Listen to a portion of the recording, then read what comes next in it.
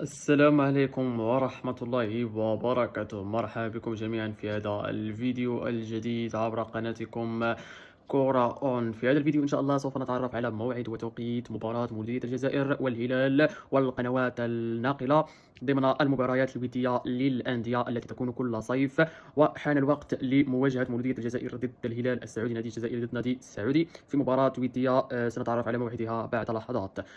يلتقي نادي مولودية الجزائر نادي الهلال السعودي ضمن مواجهة ودية استعدادا للاستحقاقات القادمة وللموسم المقبل، حيث كلا الناديين لديهم مسابقات مهمة جدا الموسم المقبل، حيث مولودية الجزائر سيواجه نادي الهلال يوم الأربعاء الموافق ل29 من يوليوز 2026 على تمام الساعة 6 مساء بتوقيت الجزائر والمغرب وتونس، على تمام الساعة 7 مساء بتوقيت مصر، وعلى تمام الساعة 8 مساء بتوقيت السعودي، حيث هذه المباراة ستلعب على ملعب فورستليشنر أرينا بدولة النمسا، الملعب الذي يتسع ل 3000 متفرج.